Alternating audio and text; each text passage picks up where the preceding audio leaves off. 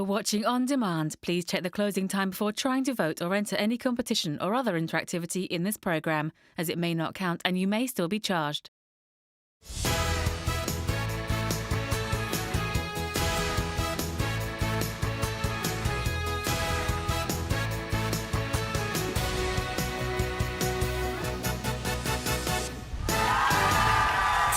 on your Loose Women Live, it's Kay Adams, Jane Moore,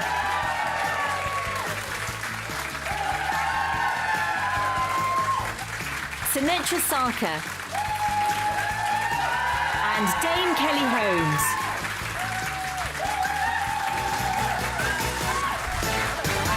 Hello and welcome to your last Loose Women of the week. We are talking pet palavers as Strictly Shirley Ballas reveals that she showers with her doggy.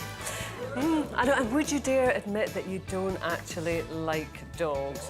Find out, I know, which one of us is scared to admit to our apathy for animals. Plus, do you feel second-hand embarrassment? We are sharing our own mortifying stories that are sure to leave you squirming in your seat, and we want to hear yours too, so please do get in touch.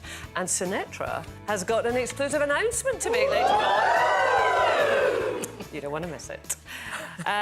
But, of course, today is a very significant day. It marks a year since the passing of Queen Elizabeth II, who died peacefully in her Platinum Jubilee year at the age of 96. The longest reigning monarch in British history had dedicated her life to royal duty, reigning for 70 years, 7 months and 2 days when she died on September the 8th, 2022. And Sunetra, that day, I think we all remember it, you know, throughout the day, there was a feeling that there was something happening. And you were actually on air here in the studio, I was here in this very seat. And there was a really lovely energy in the air. It was Charlene who was anchoring and, of course, has links to the news department. Her phone on silent was slightly... It's like ping, ping, ping. And I'm thinking, oh, something's going on. And there was this air that breaking news was happening. Maybe it's because we work in TV and we have people around us and people in our ear in case something serious happens. But I felt like something's happening, and it then automatically became the Queen. And we were anticipating something, and then, of course, we finished the show and then the news came on and people started hearing whispers of it, and then I went for lunch with you and Nadia, because you were doing Strictly at the time, weren't you?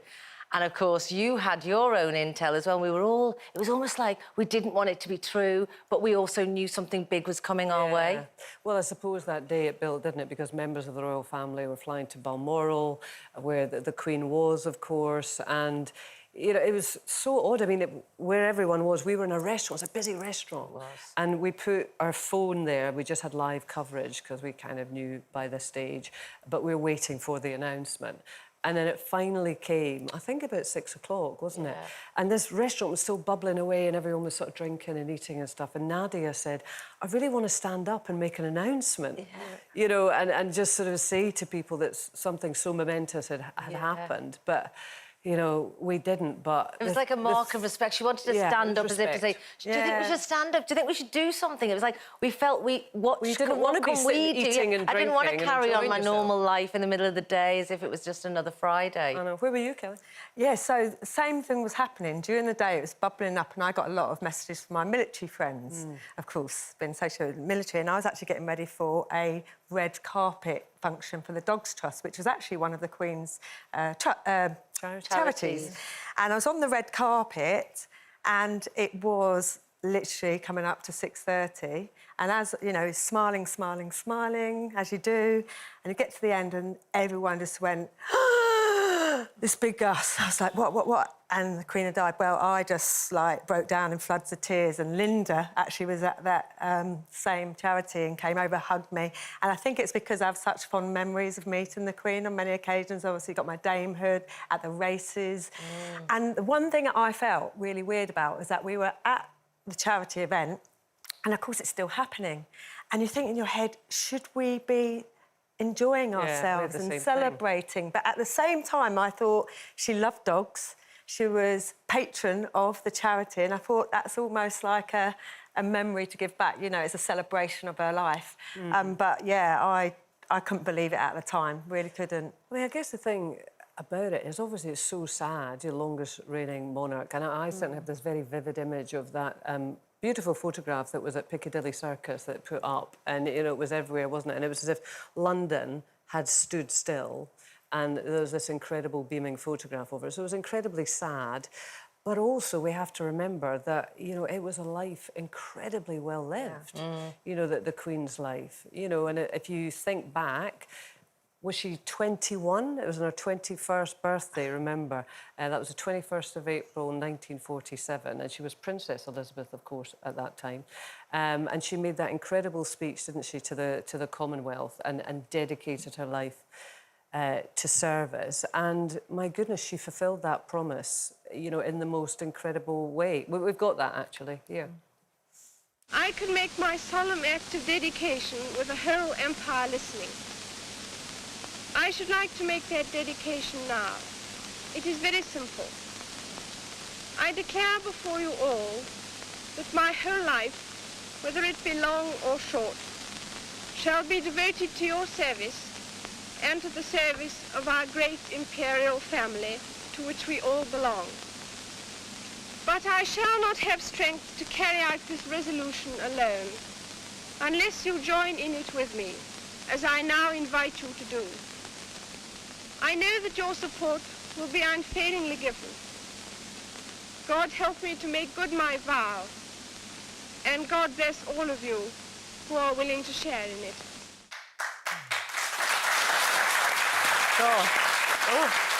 I know that made you want to We're well up. joined now by royal correspondent Hugo Vickers. Thanks very much for joining us, Hugo. She's 21. I can't get over that. I'm looking at that. 21. When were you first introduced to the Queen, Hugo? 1968, when I was 16. Yeah, so I was very lucky then. But of course, what's so fascinating about that clip, which I'm so glad you showed, is because I don't think there's anybody in global public life who's made a promise at the age of 21 and kept it faithfully for 75 years. It's remarkable, isn't it? It really I don't think if we lived 1,000 years, we'd never see anything like it again. Yeah. I mean, you guys will... I was on holiday when I heard in Ibiza with a lot of journalists, and never have we more wanted to not be on holiday because it was such a big event. Where were you when you heard? Well, I panicked the night before because, you know, she'd seen the Prime Ministers on the 6th of September. And what people seemed to forget was that this would be a Privy Council meeting because new ministers have to be sworn in. Yeah. And that she was going to do by Zoom, and it was cancelled. And I thought, well, that's very worrying because it's a very easy thing to do. She would just sit there and say, as it were, approved or whatever. And do you remember that last photo? Well, I know. Balmoral? Exactly. She looked very frail yes, then, but didn't even she? so, she's still, you know, very much herself. And so the following day there was actually a royal household funeral of a man called Sir Simon Bland, who died aged 98, who I'd known for years, who was the Duke of Gloucester's private secretary. The Queen was represented at that funeral, and I went to it in Edenbridge. And then after, of course, we all turned our phones off, and when we turned them on, then we heard the thing in the House of Commons statement, realised that it was very serious, and so then I went back to London. So even though you suspected, and even though you knew she was a 96-year-old woman, was it still an incredible shock to you? I think for everybody it was an incredible shock because she's always been there, and we hoped she would live forever. You know, we kind of couldn't really understand it, and especially also having perhaps, you know, seen her those last couple of days before. But I think it was, I mean, I think what was so lovely about it was that she was in Scotland. She had seen most of her family during those weeks, and she had been determined to do her constitutional duty. She'd seen one Prime Minister out, and I gather spoke to him and gave him very good advice as to how to comport himself, seeing the new Prime Minister in. And that day, I mean, she was still up and about until 11 o'clock that night, but the next morning she just didn't appear, so something went wrong at that point. But she did have some incredible, like, characteristics, didn't she? She was so funny. Like, I thought she was brilliant. Every time I met her, you know, this is the Queen. I remember once going to Epsom races and they said, would you like to be introduced to the Queen, Dame Kelly? So I said, of course, you know, go up there. And I remember seeing her in this lovely blue outfit because she was into her bright outfits, wasn't she? And I said, oh, man, you look amazing. And everyone behind her was like this, you know, kind of laughing because normally didn't we address her as a human being. You know, but I thought she's a grandmother, she's a mother, she was a lovely lady. And I assume with what's happening now? I mean, how are they going to sort of... I suppose a celebration of her life, really, then a morning, isn't it now? With the... Well, they went to church this morning at Crathy Church, the King and Queen and Sarah Chatto, who was the Queen's niece, Princess Margaret's daughter, and her family. So they've paid their respects, and then I guess they'll spend the day quietly. But the Prince and Princess of Wales, as you know, are at St David's, going to a cathedral there, so that's a more public... Wasn't there a tradition with Balmoral, though? Well, the Queen used to, or because the King died at Sandringham, she and the Queen Mother used to very often be at Sandringham. They have a little service and things like that. But it was always a quiet day because, of course, it's a sad day. It's Succession Day. There will have been gun salutes in London this morning. But, you know, you don't want to celebrate it exactly because, you know, you're mourning the death of your parents. Might be a better word. Absolutely. Listen, Hugo, you're going to stay with us because we would like to talk about, you know, the future of the royal family, and you can tell us what your thoughts are about that. We've got lots of loose debate still to come to, including is sending a drink over to romantic interest a cop-out? And how would you like to be approached in this day and age? See you soon.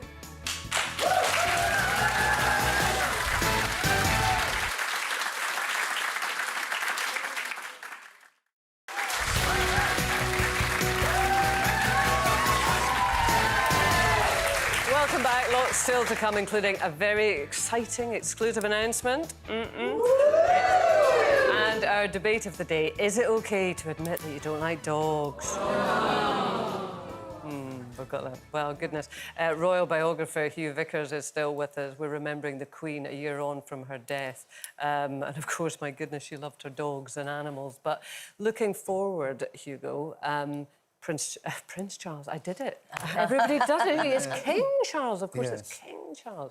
The reign of King Charles. How do you feel this first year has been, and what do you think? How do you think it's going to evolve? Well, I think it's he's done very well. And people talk about, you know, well, would there be sort of dramatic changes? There haven't been very many dramatic changes, but I think it's right that the monarchy is never quite in step. Sometimes it's a step ahead and sometimes it's a step behind. In my view, it's usually better if it's a step behind and then it evolves gradually. And if you look back to the Queen's reign, I mean, the sort of thing she did in 1952 was so different from what she was doing later.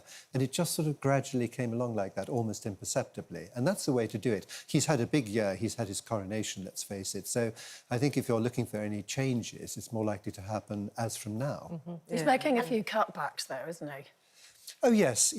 Well, cutbacks, certainly. And I mean, I'm sure he's had plenty of time to think about what he wants to do. Apparently, he's got all the gardeners running around and he's redone the garden at Sandringham. And in a sense, I suppose, you know, you have to accept he's an old man in a hurry. You know, he's 75 this year. He's not going to have the same length of reign as the Queen, inevitably. I wanted to ask you about the personal side of the family, because obviously Prince Harry is arriving in the UK today, and we all find it quite odd that he's not seeing any of his family while he's here. Do you think that's a bit strange? No, I think that's up to him, really. But what I think the King has been really good about is that he hasn't responded to any of the jibes which have been thrown at him at all by the Netflix series or indeed the book Spare. And the way I interpret that is that he's leaving the door wide open for Prince Harry to come back as and when he needs to, which I'm afraid I think will happen one day. Do you think it makes him sad? Oh, I'm sure it does. I'm sure. Of course it does. He actually, even in the wretched Spare book, Prince Harry said, you know, that he quoted his father saying to the two boys, "Don't make my last years miserable." I mean, who wants to have a situation like that? But I mean, Sorry, I just want to interject on one thing. Sorry, Sinatra. When you just said, which I'm afraid will happen one day, why did you say that? Because it's inevitable, isn't it? But why? Well, why speaking are you freely, I afraid mean, I know nobody's watching us, so I can say exactly what I know. I think that basically, I know, what she wanted was global recognition, and she's got that. And at a certain point, she'll be able to dispense with him. That's what I'm afraid I think will happen. OK, interesting. Yes. Controversial. But I was going to ask you, as a biographer, you've grown up with the family almost, because you follow them so closely, and they must therefore see you in their lives a lot more than others. So they do recognise you. I know the Queen recognised you in Malta, didn't she? That was so sweet. She was very generous, the Queen. And one time the Foreign Minister was... And we do these things with Commonwealth walkways, and she was going to unveil a disc. And the Foreign Minister tried to introduce me, and she just said, "Oh, he pops up all over the place." So like her. You're an icon, Hugo. Very generous. You're an icon. No, very generous of her, yes. Well, Hugo, thank you very much for joining us today. And I know, you know, people will want to pay their own kind of respects and we will see so many tributes, but it's been absolutely lovely to have you with us today. Thank you for having me along. Hugo Vickers. Thank you. It's competition time now, and Jean Johansson has all the details. Hello from Bake Up in Lancashire, home of National Television Award nominated comedy Brassic, where I have a car and a cash prize that could leave you on a high for the rest of the year. It all starts with £80,000 in totally tax-free cash. That money could set you up. This is 1832 Barista, where the show recently filmed. So what was it like having Brassic film in here? It was amazing, really good. We were delighted to be asked, weren't we, by them? They cast in the crews to come in here for their sneaky coffee away from where they were filming. I'm enjoying my little film set road trip, but you could travel wherever you want in this fabulous Audi Q5 that's worth over £59,000. It could be yours. All you have to do is enter. This is a combined prize package worth over £139,000 and could mean the end of your year goes from Brassic to fantastic. So don't hang about, get your entry in now. For your chance to win, text prize to 81119. Text costs £2 plus one standard network rate message. Go to the website, entries cost £2. Call 09068 78 1119. Calls cost £2 plus your network access charge. Or post your name and phone number to DY36 PO Box 7558 Derby DE1 0NQ. Entrance must be 18 or over. Lines close Friday the 6th of October at 3 p.m. Good luck. Now, I've got my cup of tea here, as usual, but Jane has got a rather unusual drink today. What's happening at the end of the table, Jane? I mean, like... This is my voice steamer. Oh, God, we can hear you're struggling a bit today. Yeah, well, I've done a lot, as you know, I've done a few tour dates and a lot of stuff in the studio. Up and down motorway. But it's fine at this level. But this just helps. Yeah, it's a great picture, I have to say. Yeah. So, I yes, know, a bit of love for She's Jane. a trooper. She's a trooper. Come on. Just to reassure the audience, this is Yes. just boiling water. With a bit of gin. Now, a flirty bit of fun or a cop-out from using an actual chat-up line? Is it acceptable to send a drink over as a way to signal your romantic interest? It happened to Vanessa Feltz last night. Felty, what just happened? Well, the waitress delivered a glass of champagne with a strawberry and a note from a delightful gentleman saying, "My name is," I won't say what, on a heart-shaped piece of paper. What do I do now? This is happening in real life, not on the telly. This is real. So, what do you do? I mean, actually, What I want to know is, does that man carry heart-shaped pieces of... or does he have scissors? Exactly right. That's what I was thinking. He's probably really into origami. She'll get a swan tomorrow. It'll be absolutely fantastic. I find it icky, that thing, because there she doesn't know what to do. He's over But she there. does say he's God. delightful. I mean, I don't think she's disappointed, is she? Do you like that kind of stuff? Well, nobody sends drinks over to me. I mean, the most I get is somebody leaving me a post-it note when I've woken up on the train and I didn't want to wake you up. I'm a big fan. I took a photograph of you and I've gone, what? That is proper creepy. That's my interaction with Hang on, you say you find it creepy, but come on, be honest. Obviously, if you weren't with Ian, if you get a note like that, you have a look round. If it's someone who looks like, I don't know, Ryan Gosling, you might be like, oh, OK. Whereas if it isn't, then you're like, yeah. Well, fair enough. You've made the stakes quite high there, but I don't know. It's a bit controlling. Would you take the drink or would you leave the drink? Well, no, I think I would leave the drink. Really? I think I would. Well, funnily enough, we had this conversation. I would. Don't you look at me like the audience going, oh, right. One of our young producers, because it doesn't happen to us at our age, that's for sure, was saying that it happened to them on holiday and somebody had sent over the drink. They were a bit embarrassed, so, you know, but they drank it, but they didn't go over to the guy's table. And so at the end of the night, the guys billed them for the drink. See, that's rude. I'll take it. I'll take the drink. It's a free drink on a night out. And would you say hello and thank you to them for the drink? Yeah. I'd have a little wave, thanks. I wouldn't be inviting them over, but I'd be like, yeah, thanks. I remember But there's an expectation that they want more than just thanks. Well, no, I mean, I've been chatted up by a bunch of students once. I was actually with my partner, Right. she's a woman, and these boys came over. Good luck, and lads. it was in Belfast, and they're giving us all these drinks. They sat down, which I don't really like, you know what I mean? I'm quite happy in my own space. But they sat down with a big tray of drinks. One of them said, "Are you Halle Berry?" I was like, "You can stay." And then... I get that, to be fair. I didn't say no, because they kept bringing their drinks over. By the end of the night, I was literally dragged out by my partner because I was so drunk. I was having a great time, so I'm taking the drinks. Yeah. Maybe we should admire it, because you know what? There's only, I think it's like 27% of people now meet in person. Only 27%? Only That's a shame, isn't 27% it? now, because we become so much more about Exactly. dating apps. Yes. So actually, there's a charm in it.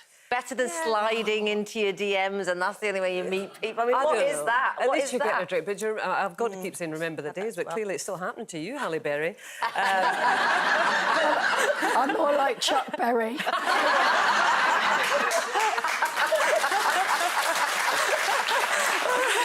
Yeah, was he your ding-a-ling? I don't know. Yeah. Do you remember when it was like you were sitting with the pals and you were having a really good chat and everything, and then it would be, "Evening, girls, you having a good time?" Oh my God. And what do you do? I know what you would do. Yeah, I've done it, actually. I've said, "Oh, it's really nice to meet you, but if you don't mind, I've not seen my friend for a very, very long time. We're having a catch-up, so thanks very much. On your way." Oh, no, I would do the same. It's like, if you're having such a great time and they've joined and they think they can just invade your space, I'd be like, "Well, we're fine, thanks. See you later. Bye-bye." I don't think that... I think women don't necessarily do that to men. If they see some blokes having a great Exactly. time, we would never barge over and just sit down and go, "All right, lads, what's going on?" Or even send over a drink. I mean, oh no. I'd be sitting there at 2 o'clock in the morning saying, "Have you any hobbies?" She would. I can vouch for that. I've been there with her when she's done it. I know. Still to come. And they called it puppy love. Yeah, forget puppy love. Would you have a puppy scrub? We're asking, would you shower with your dog? We didn't make it up. Shirley Ballas has admitted to doing just that. We'll see you after this.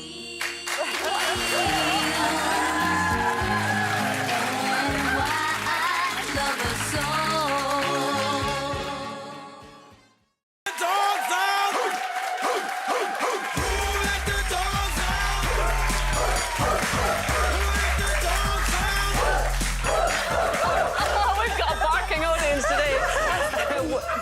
That's very rude. That's very rude, is it? So, is it talking about us? No. Oh, well, wait a minute, I'm going to be even more rude. Welcome back to your final Loose Women of the Week, keeping you company at this lunchtime. It's these old dogs. We've got Sinatra Shih Tzu Sarko.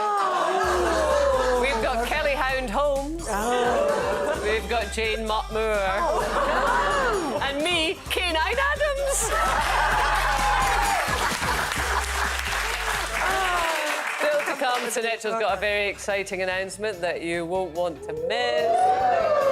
And inspired by one of our own team members today, we're talking second-hand embarrassment. And let me tell you, you are certain to experience some of that yourselves when we reveal our most cringy confessions a little bit later.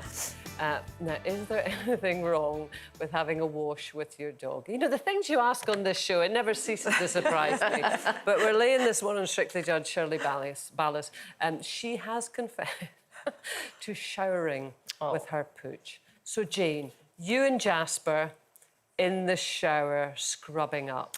Can we see it? Absolutely not. Absolutely not. No. Well, he's not allowed upstairs for a start. Oh, you're cruel to Jasper. So I am not. He's a dog. I'm going to adopt Jasper. It's discipline. He's got food and a bed. What more do they need? Honestly, they don't belong upstairs. They do. They shouldn't be on beds. They shouldn't be in showers. Well, I wouldn't shower with B. Obviously, I wouldn't. Well, bath you might be say nice. that.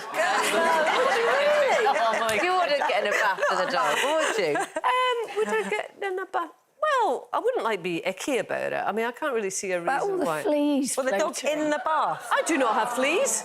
You said the dog in the bath with you, did you? No. Why am I getting into... No, I would, but I don't find it, like, terrible. I mean, I love my dog. I sleep with my dog. You know, I sleep with my dog. You know, so... I think I shower with the dog, but not me showering naked. No chance am I going naked with an animal. Why? The dog's naked. That is weird. No, the that's dog's weird. naked. It's not. It's clothed with its fur and everything. It's like, ugh. But can you imagine, if you're showering down your dog, you're going to get soaked. So I can imagine being Get in there, naked. sort of, no. So what, you were in a swimming costume in your own shower? You were in a swimming costume in your shower with your dog and nobody else has seen that? Just you? Yeah, but at least you don't like dogs, so at least No, we can clarify. Very controversial. Friendships ending on the show. No, very controversially, I am worried because I am scared of dogs. I have never really got over when I was very small. I think I might have been even just one. And I was like that small, right? And the dog was obviously the same height as me. And we were walking to the park and this dog came up and I remember the feeling of this sort of... the fear of this frozen moment. And nobody was hurt, but I think it stayed with me. And so I've never been comfortable with dogs. And I've got so many mates with dogs. That's very common. Is that it? feeling that you have. Yeah, a lot of people are scared of dogs. But it doesn't go down well, Jane. You know, people think that you're evil if you don't like dogs, or people think that something's wrong with you, or you must be like, you're a serial killer or something. Like, it's nice to hear there's some people in the audience who understand what I'm saying, and I do appreciate. I mean, if I met your dog, I'd love it. But there would be a part of me going, "Hello, dog." Hello. I do that awful thing, going, "Hello, hello. I'm just going to sit here. You don't need to look at me." What about other animals, though? Cats, alpacas? I mean, in general, I suppose because we haven't been brought up with Alpacas. cats and dogs. Alpacas? Alpacas? Absolutely not. You must be kidding me. We're now moving on to would you shower with your alpaca? But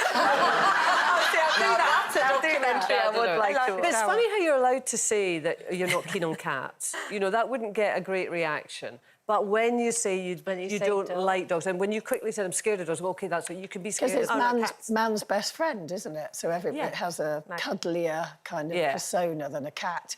Dogs have owners, cats have staff. Yeah. Is that the phrase? Yeah. So cats I'm not that keen on. I'm not going to lie. Really? I had this one called Candy. It was a really fluffy-looking cat, you know, brindle colouring. Don't cute. tell Brenda, she'll be mad. It was like doing this on the things when I was a kid, and I went to cuddle it in the stomach, it went, ah! And it literally, its nails got, like, stuck right in me. I was like, ah! Like this. And then it sneaked its way, because, of course, they do everything. They go anywhere, don't they, cats? That's the reason they stand... I mean, not against anyone that's a cat lover, just saying. See what I mean? We feel like we have to justify it. Yeah, no, but it went onto my pillow once, and then the morning I woke up and my eyes... Because I think it's their fur. The cat's fur is a little bit different, isn't it? Allergy to it. But I wouldn't say I hate them. No. I wouldn't say I hate them either. I just don't feel comfortable around animals because I just think I'm a bit scared, yeah, that's true. Do you want to see some pictures of my dog? Oh, no, you don't. I'll definitely look at pictures. I love the thoughts of it. Hello, dog. Yeah. Dog. I feel like if I talk to them, they don't come anywhere near me. I'm here, you're fine. Anyway, It's competition time again. And a prize package worth over £139,000. Jean Johansson has all the details. Hello and welcome to Bake Up, home of National Television Award nominated comedy Brassic. But I have a prize that will leave you anything but. First, there's a huge £80,000 in completely tax-free cash, which you could spend however you want. Then there's an Audi Q5. It's a hybrid, it comes with 19-inch alloy wheels, and it's worth over £59,000. Just think where this could take you. This is 1832 Barista, where the show recently filmed. How does it feel having them out and about filming around your hometown? It's amazing because it brings a positive light to the town, you know, and we've seen people and customers come from far and wide and say, was Brassic filmed in this town? And it was like, yeah, in here. So, yeah, it was really good, really positive. This is a combined prize package worth over £139,000. And just think how good that Audi would look parked outside your house. Don't mess about. Get your entry in now. For your chance to win, text prize to 81119. Text costs £2 plus one standard network rate message. Go to the website, entries cost £2. Call 09068 78 119. Calls cost £2 plus your network access charge. Or post your name and phone number to DY36 PO Box 7558 Derby DE1 0NQ. Entrance must be 18 or over. Lines close Friday the 6th of October at 3 p.m. Good luck. Now, she is one of the few people who know what life is really like behind the famous door of number 10 Downing Street. But in the 13 years since the Browns departed that home, Sarah has continued her mission to help fight for those who can't fight for themselves. Here to tell us more is Sarah Brown. Welcome, Sarah. And actually, I believe you're just back from Ukraine, is that right? I've just come back, for a trip. Yesterday morning I was in Kyiv in Ukraine, which is a very war-torn city, but I was there to meet with President Zelensky and with the First Lady because the charity I chair has been distributing education materials, laptops, computer software, and about 38,000 have gone inside Ukraine to children there, and then the same amount to countries hosting. Do you know what's so interesting, Sarah, is that we hear so much, especially in the press, about President Zelensky. We know very little about his wife, Orlena. What was she like? Oh, she's a wonderful... I mean, they were a wonderful couple, and they've... You know, the war didn't, happen to them and happen to the Ukrainian people, and they show the same resilience and courage and fortitude that they ask of everyone else. And she was hosting a summit where she had First Ladies and First Gentlemen from other countries coming in and looking how to help. And I was there to chair the youth and education sessions for her and talk with all those... Does she have a voice within that family, you feel? She is... she has a working role, really, where she's just getting on with... She's done some of the international trips when he hasn't been able to travel. Oh, great. She's... she went to the United States and addressed Congress, and that was where we first were able to meet her with our American team of the charity there. She's a very practical woman. People may remember that President Zelensky was a comedian before he was a president. Exactly. And I think their knowledge of communication, she was actually one of the scriptwriters on his show. They're childhood sweethearts. They've worked together. They're a great team. It's incredible to think of them having that other life, isn't it? Absolutely. Because they've got two quite young children. I know the focus of your charity. And they will keep them safe and away from the limelight while there's a conflict and a danger for them. I mean, Ukraine has obviously its own unique problems, but their world is actually about education globally, in a way. Yeah. And obviously, Tony Blair and your husband Gordon's mantra was education, education, education. Why do we... It is so important. Why does everybody just keep not quite getting it right? I think every government balances a budget and has the challenges of the day that face them, and it's about what you prioritise. But I very much believe, and I've come to understand more and more strongly, I think, as the years go on, that education is the thing that unlocks that opportunity. If we want greater wealth, if we want greater equality, if we want to tackle climate change, we need an educated population. And there has been shift, there has been move with education. There's still a big challenge out there, and particularly for children caught up in conflicts and climate change disasters, more schooling gets disrupted. And my big passion at the moment is the early years, that we focus quite a lot of mobilising effort, as though children will turn up on day one, school ready. But if you can get in there early, and when that brain's developing and children are working, then helps them it changes the rest of their lives. And absolutely. You have this global tantrum campaign that Pat Lucas got involved with, like a sort of a light-hearted video, but it's putting across a very important message. And I think you've said yourself, sometimes I feel like throwing. We all feel like that, don't we? Or is it just me? What frustrates you the most? Well, what frustrates me is when you can make changes quite quickly if you can just unlock the political will. And it's why our campaigns are very focused globally. The Act for Early Years campaign, Matt Lucas has been fantastic. He came and had a massive tantrum for us to get all eyes on it. And we've had other people coming in, and we've got some more films that we'll be sharing of people having spectacular tantrums. But just to show a two-year-old can't often voice their frustration, and that was how that Global Tantrum campaign came about. But we're taking it to the United Nations at the end of this month and calling on those world leaders. At the moment, the education budget that is there for humanitarian emergencies, less than 1%.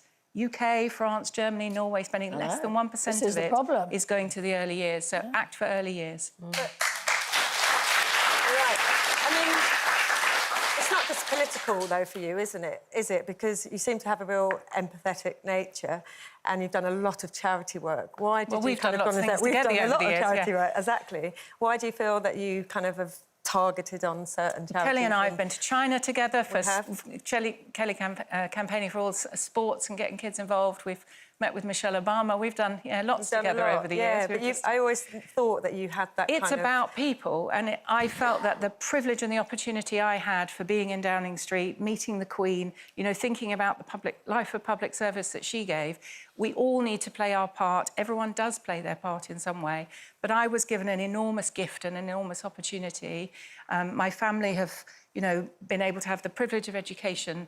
My boys can live the lives that they want. This is what I can do. Can't believe they're 19 and 17. Yes, they are. They don't look like that anymore. And you mentioned the Queen. Do you have one fond memory from her? Oh, I don't have any unfond memories, but you know, she was enormously courteous. We were always there, you know, sometimes during quite difficult times, during the time of the global financial crisis, and she was always very up to date with what was happening, really on top of the news and everything that was happening. But we would go into her world, which was, you know, there's a lot of protocol and it's quite overwhelming, you know. Yeah. And she was always showed such kindness to put you at ease and to make you be in that world. You followed all the rules. No one ever broke the rules, but it was just made it that little bit easier. And it was that enormous kindness that she always radiated, really. Yeah, great. Well, your charity is their world, and thanks very much for coming. Oh, it's a pleasure. Thanks for having me back here.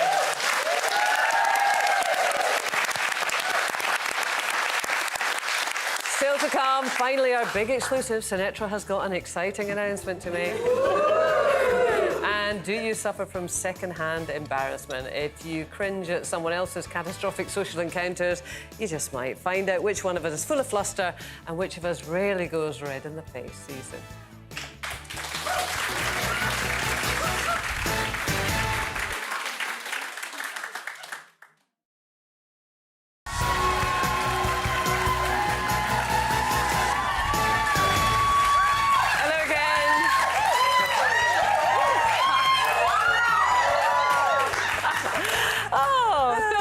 From second-hand embarrassment to red-faced faux pas, we are revealing our most mortifying mistakes. We'll have to be here for another week to do that. But first, Sinatra, our big exclusive. You've got some exciting news. Hold on a second. Oh, no, don't. Come on. We've got the confetti cannons here. Before you all start expecting news like that, I can't give too much away, right? But I do get asked about this a lot. And this week, I was in hospital, but not as a patient. I might have gone back to a certain hospital that I used to work at a while ago, called Holby City Hospital. You could have that could be the sexy surgeon again. Well, don't know about sexy, but I'm going back to Casualty for a special double.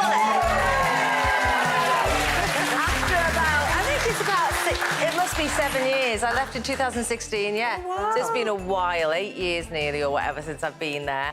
And I'm going back for a special double episode because our lovely Charlie, who's been there forever, is going to leave the show. And so I'm going back to make sure I get my last little moment with him. So that was a really nice thing. This week I've been filming with them and, oh, my gosh, I tell you what, working at the NHS, I really salute the real people who do it because even pretending you do it, there's so much to learn and so much to know. But yeah, there's my little exclusive. Oh,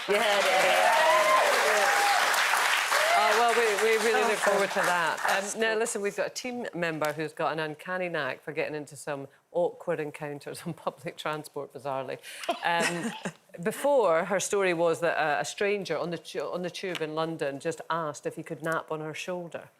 And did. She was too embarrassed to say no, so that was it. He had a wee sleep for a few stops and then got off again. No way. She's had another encounter.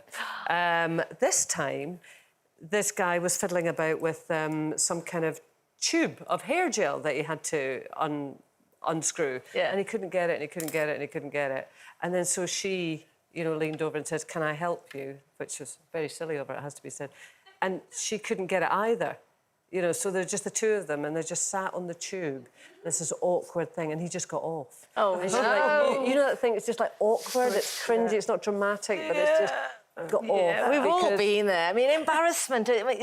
the word cringe just say it all, and especially when you don't know you're falling into that trap. I've done it. Well, many people can't say my name properly. You know, they can't get Sinatra right. They say Sinatra, Sanita, Sanatogen. You know, all these ridiculous versions. And we had a meeting with a gentleman, and there was only a few of us there, and he kept referring to me as, well, as you know, Sinatra, you'll know yourself, Sinatra, Sinatra, Sinatra, Sinatra. And I thought, I'm going to have to say something. I said, Ian, I'm so sorry. Can I just stop you there? I said, I know you keep saying my name wrong. I said, but I'm just going to say Sinatra, etc. If you could just say my name right, you know, I'm sure 3 strikes and you'll be out. And he went, OK, yeah. I said, thank you, Ian. That's really kind of you. And as I walked away, Suzanne went, his name's Mark. Literally called him Ian. Oh. Do you blush? I mean, I would just be blushing for days after that. I was a terrible blusher as a kid. I can't blush. I don't know Do you what not blush? No, do you? Don't think, see us blushing, Do you to be blush? fair. No, I don't blush. Oh, you don't blush either? No, I don't. I never go red. So, I mean, even if I was feeling slightly awkward about something, you'd never know it. There's a science to blushing. I mean, there's a whole load of patterns of something that, you know, the heart racing and all this and the other. But it says if you don't blush, it doesn't mean that you're not feeling embarrassed inside. It just means that the blood vessels in your face haven't widened.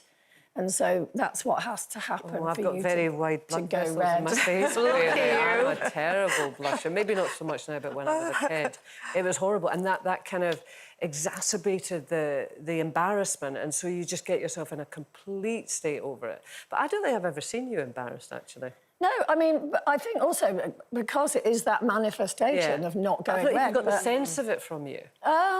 You must have done something embarrassing. Well, I mean, there's loads of embarrassing things, but I remember being on a train and I was going on an assignment, and I, you know, like everything when you're a journalist, you go off very quickly, and I had my bag stuffed with stuff.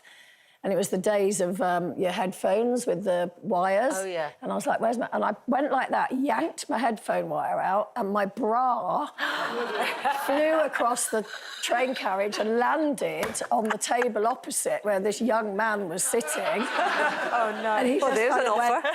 just, like, leant over, and it was quite grey as well. It was one of those. And he just sort of, like, tittered to himself. He tittered, did he? He tittered.